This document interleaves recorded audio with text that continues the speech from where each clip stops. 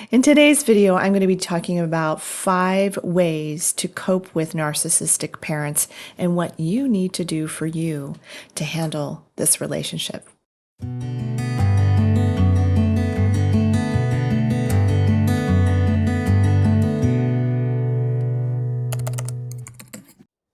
I'm Dr. Meg Haworth. I'm a transpersonal psychologist, holistic nutritional chef, and best-selling author of Get Well Now, Healing Yourself with Food, and the Power of the Mind. And I help women survivors of narcissistic abuse, particularly parental narcissistic abuse. And if you've had romantic abuse as well, then you probably had a narcissistic parent and you may not have quite figured it all out yet. It's really hard to see your parent this way, I've got to say. So I look at the holistic picture using food and the power of the mind and heart to heal the body by releasing the emotional energy and the negative core beliefs that are held in your system that are keeping you stuck and making you sick. All right, so with that, let's get to it. One of the first tips that I'm going to give to you, one of the ways that I want you to cope with your narcissistic parents so that hopefully you're going to stop using coping mechanisms like alcohol and drugs and sex and codependency, focusing on other people and relationships and fixing everyone else and every other thing, okay? That's something that we often do as ACONs. We're adult children of narcissists. ACONs, we've been conned. We've been conned into believing so many things about ourselves that just aren't true. So the first thing that I want you to start doing with coping with your narcissistic parent is to stop arguments. Just stop them. They go absolutely nowhere. So learning to disengage from your narcissistic parent when they start to pull you into an argument, and by now you know what they do, the different ways they do it. They may attack you. They may attack what you do for a living. They may attack the way that you do things or the way you say things. When you use silence as a boundary, the more you use silence as a boundary, just say nothing, the weirder it becomes for them. And they may work harder at you, pushing at you more and more to try to get you to give them the response that they're looking for. If you learn to disengage with them and stop those arguments, it is going to go a long way to help you. They won't know what to do. They won't know where to plug into your energy field anymore because you're basically cutting the energy by not giving them exactly what they want. They want your energy. They want what everyone calls narcissistic supply, and I think it's basically it's energy. They want your energy. It fills them up and pushes you down. And anything that will help to push you down and make you less than in any given situation is going to be the thing that they are going to keep doing because they need to stay in control of you. So this is a way to get in control of yourself. And it's not easy. The first time you try doing this, it takes practice. But when you stop engaging in these arguments, you see exactly what they're doing. And they may bait you in a text. They may send you something to bait you, to get you all riled up. They know it's going to get you riled up. And stop doing it. Just start seeing it for what it is. And it's really all baiting so that they can get what they want in their sick, twisted way that they try to get what they want. So crazy. So it's crazy making for you, especially when you do engage, because then things really start to snowball and get out of control. Okay, a number two way to cope with your narcissistic parent is to stop over-explaining things and sharing too much about your life. The more you share about your life, like those times when they're being really nice to you and you tell them all kinds of things about, because you're just like, oh, this is so nice. They're finally showing up. They're not really showing up because they can't really show up. So don't give them information because what they're going to do is eventually take that information you share with them and they're going to use it against you, either in conversations with people outside of you, or later, actually they do both. Later they use that information against you in a random conversation. They'll just sting you with it. So you'll just suddenly go like, whoa, okay, I wow, I'm so mad at myself for sharing with them. And it's not your fault that you shared with them. You're just trying to have a normal relationship with somebody who's incapable of having a normal relationship, of having a give and take relationship. It's all about give, give, give, me for the narcissistic parent.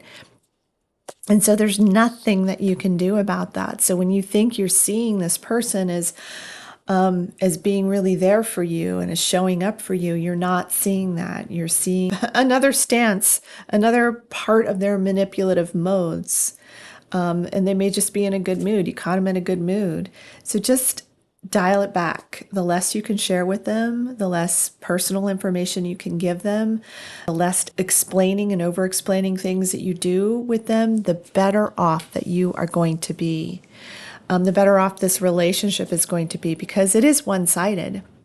And your side, you get to really work on your own side of this relationship, and your side needs to be more disengaged so that you are inside of yourself, so that they're not constantly pulling on your energy field and taking and basically stealing your energy. Number 3, this is a hard one. I know this is hard. All of this stuff is not easy because they've created this relationship where you're expected to be a certain way for them. But stop taking it all so personally. They want you to take everything personally. They want you to feel hurt. They want you to feel like you've just been stung by a scorpion. They want you to feel disempowered and weak. It makes them feel better to have you in a weakened state. So when you take things personally, you're allowing them to get exactly what they want from you. So here's another area where you can take back your own energy, your own power, is by not allowing them to see how hurt you are, because you can't just suddenly decide like, oh, I'm no longer hurt by this awful, horrible person and these awful things this person says to me. It doesn't work like that. But the less personally you can take it, and this takes time, it takes work, it takes assistance, it really takes help. I mean, you really, if you haven't already gone and gotten therapy for this, you really need to do it. It's really, really important. But just remember, you've got to remember this at all times. The way that they're treating you is not about you. It's always about them. It's about their own shame, their own pain, their own guilt, their own trauma, and they're projecting it onto you. They're never going to get help for it. 99% of the cases. I see there's some narcissists out there on YouTube that are getting help, and they're explaining to us what we already know, is that this is how they are. This is how they think. They think completely differently than an empathetic, kind, caring person who is just trying to have a give and take kind of relationship. They just think very differently than we do. In fact, it's a complete opposite. So it's hard for us to really understand, like, how can you go through the world without feeling for another person? It just doesn't make sense to you.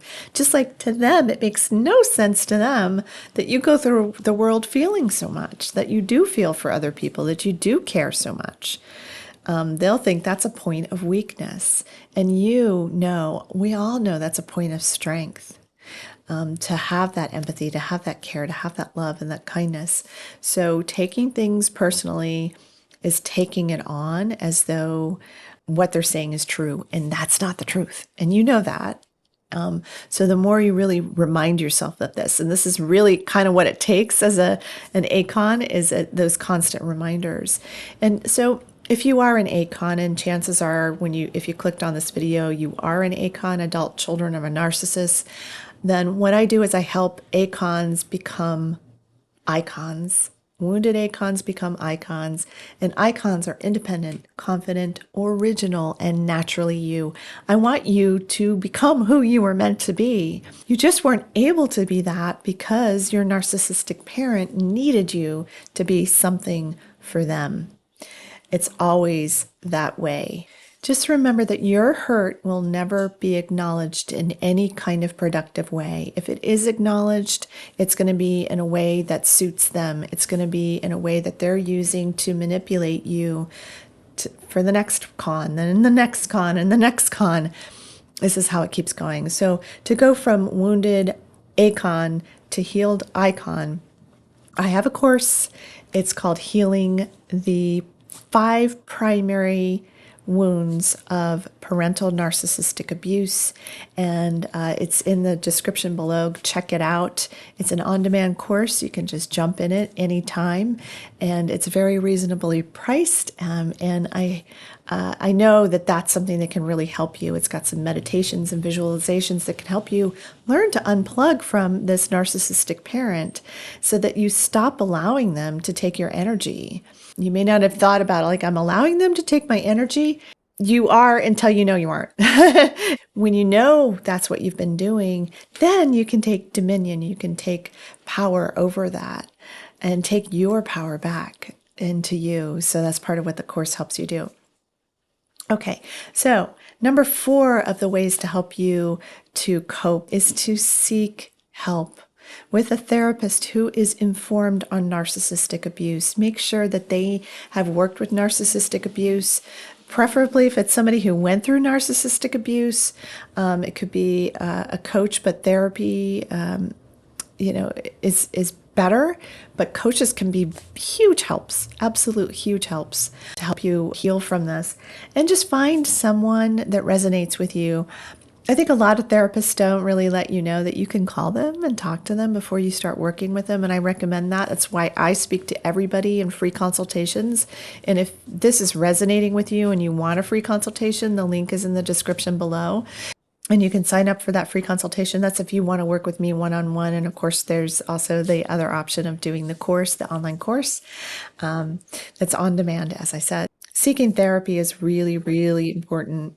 Just know that these videos, as much help as they are not enough because you have very individually compartmentalized all of these different layers of self-identity, self-worth, self-trust, of wounds of the physical body. These are holistic wounds. And so working with all of those layers of those wounds, mental, emotional, physical, and energetic and spiritual, will be the way that you can really recover pretty rapidly as well. And I think one of the most important things that you can do, and this is number 5, is to seek help to uncover who you really are. So you just weren't allowed to become who you were meant to be. It wasn't even really a question, unless, of course, you were doing something that really fed the narcissistic parent, and this would have made you a golden child.